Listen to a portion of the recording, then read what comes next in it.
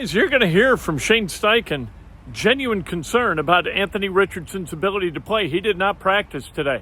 So that's 3 days in a row he didn't practice. And it doesn't happen very often that guys miss all the practices leading up to a game and then play that Sunday. Steichen hadn't done that very often. He may not do it this time. Listen to Shane Steichen.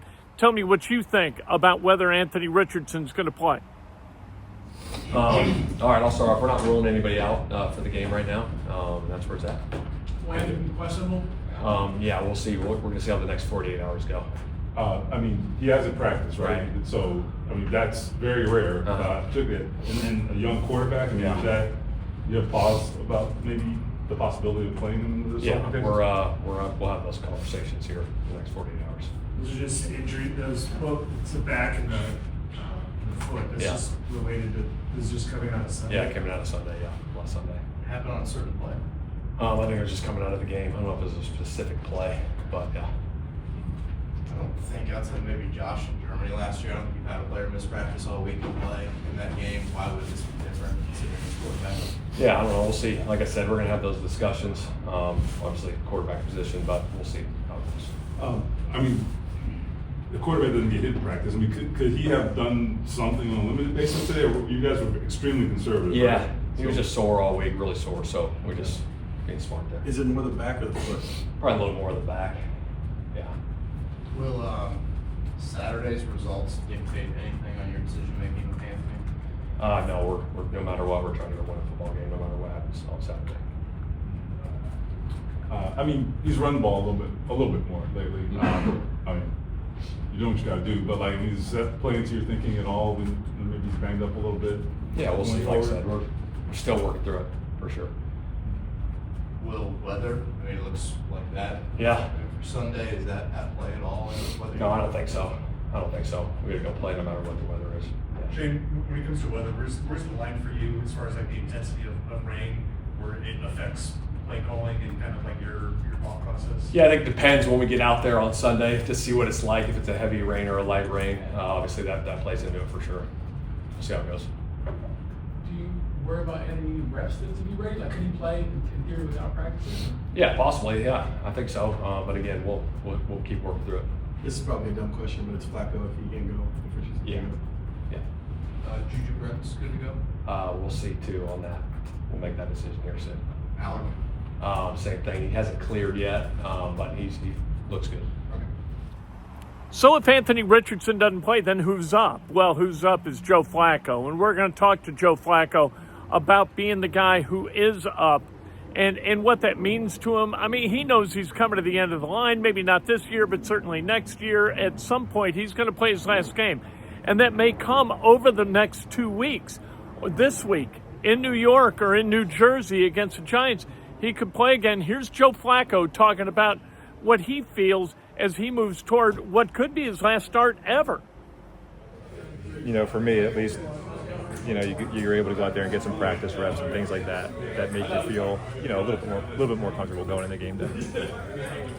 You've talked about, just enjoying the process of being in the NFL and playing quarterback in the NFL. Just what was this week like for you, getting able to get those practice reps and kind of listen, I always think there's more to it than enjoying the process. Obviously we all want to go out there and we want to, be the best we can and show everybody that to a certain extent and prove it, and be there for your teammates really. But I think ultimately, the best way to do that is to, immerse yourself in what's going on right now and enjoy every part of it. And I think when you learn how to enjoy Wednesdays and Thursdays and just going out there and having fun with your teammates, then it makes it makes everything that much more enjoyable, and it puts you in the mindset to play good. The gamut of experiences this year in terms of knowing you're going to start and maybe start at the last minute. Has that been a little bit of a roller coaster, and how have you handled that? Yeah, listen, you have to trick yourself a little bit and just rolling with the punches and seeing where those take you. You really can't get things in your mind that it's going to be a certain way. You never know. I think it does give you a little bit of appreciation for the position of a backup quarterback. For most of my career, you don't even think about, you have a good relationship with the guy that's backing you up, but you don't even think about what's going through his head. So I do think it gives you a little bit of appreciation for, what a lot of the guys around the league are going through. When did you gain that appreciation for the backup role? Like, obviously you don't dream of that. Yeah, no, it's just like I think the biggest thing is it's a tough mindset, because I don't think it's hard to be as confident, as you want to be when you're not playing every day and taking those reps every day and proving it to yourself day in and day out, So you have to find ways to keep that even though you're not getting to do it on a daily basis. So I think that's just the point. Like I said, you don't think about that until you're put in that position. So that's all. Haven't you said, though, he's questionable, didn't practice. So starting Thursday, when you're with the ones in your mind, you're the starter. For sure, you have to. For sure, you have to tell yourself that, just so because not that anything changes preparation-wise, but you start letting that feeling sink into your body, and all those different things that come along with playing the game. So you definitely tell yourself that. If you do get the opportunity this weekend, last time we talked to you was after they made the switch back to Anthony, and you kind of said, I wish I'd got another win. I wish I'd kind of delivered a little more in those games that I started. If you do get this opportunity to deliver, what would that mean to you? Yeah, listen, anytime, you can't take for granted playing football games in this league. So anytime you get the opportunity to, you have to. You have to put yourself back in your shoes when you were 20 years old, being, a college player wishing to play this game. Man, am I ever going to get a chance to play out my dream? You got to remind yourself that, man, I'm getting a chance to play out my dream every time you're put in this position. So, listen, you don't want to make it the thing any bigger than it is, but you need to remember that this is a pretty cool job that we get to do, and just go out there and have fun and let it loose. Having some meaningful games left, what does that, add to whatever might happen? Yeah, I think it always just adds to the juice of the energy of it. And listen, this is our profession, so it shouldn't matter. We should be able to go out there and get ourselves up and ready to play just because we want to play well. But anytime you get a chance to play games this late in the season, that means something. It definitely means, it definitely is good for the whole process of it. Don't you allow yourself to think that maybe these last two or the playoffs is in, or do you allow yourself to look at next year? Yeah, like I said, I just try to stay in the moment. I mean, people ask me all the time, how long you want to play, and I don't have an answer for them. I'm just doing it. As long as somebody wants it, maybe? Yep. Have you had one of these scenarios where the night before, a couple days before,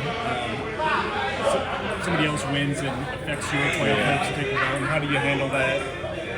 Yeah, I think I've had games, a few games late in the season, maybe one or two, where that probably happened. And it's hard to not get affected by certain things, and that's just part of this game. Is being able to kind of fight through those things and get yourself in the mindset to go play a game no matter what. There's Joe Flacco, and you can tell he's a circumspect guy. He's trying to figure it out. He thought that maybe he was done when he was on the couch in 2023. Came off the couch, played good football for the Browns, got into the playoffs, got smoked. Colts, they pick him up as the backup. He learned some things about being a backup, and so maybe he's going to be better at it this time around. Who the hell knows?